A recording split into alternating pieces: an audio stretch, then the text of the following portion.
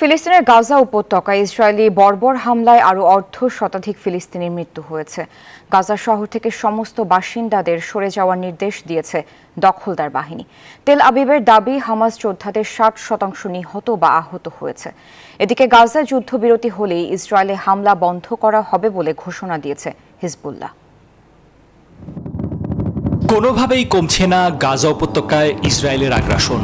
গেল বছরের অক্টোবর থেকে চলা হামলায় প্রাণহানির সংখ্যা ৩৮,৩০০ ছাড়িয়ে গেছে। আহত হয়েছেন আরও ৮৮,০০০-এর বেশি ফিলিস্তিনি। এরই মধ্যে গাজা শহরের প্রায় ২.৫ লাখ বাসিন্দাকে শহর ত্যাগের নির্দেশ দিয়েছে দখলদার বাহিনী। আর গাজার শেজাইয়াতে নিজেদের অভিযান সমাপ্তের ঘোষণা দিয়েছে আইডিএফ। বুধবার এক বিবৃতিতে ইসরায়েলের প্রতিরক্ষা মন্ত্রী ইয়োভ গ্যালান্ট দাবি করেছেন, গাজায় তাদের চলমান যুদ্ধে সশস্ত্র গোষ্ঠী হামাসের ৭% যোদ্ধা নিহত বা আহত হয়েছে। আরও বলেন, হামাসকে নির্মূল এবং গাজা থেকে সব জিম্মিদের ফিরিয়ে আনার লক্ষ্যে অটল রয়েছে ইসরায়েল। হামাস সন্ত্রাসীদের 60% নির্মূল বা আহত করেছি আমরা। তাদের 24টি ব্যাটালিয়নের বেশিরভাগকেই ধ্বংস করেছি।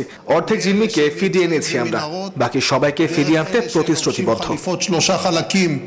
এদিকে লেবাননের সশস্ত্র গোষ্ঠী হিজবুল্লাহর প্রধান হাসান নাসরুল্লাহ বুধবার জানিয়েছেন, গাজা যুদ্ধবিরতির কোনো চুক্তি হলে আলাদা কোনো আলোচনা ছাড়াই ইসরায়েলে হামলা বন্ধ করবে হিজবুল্লাহ।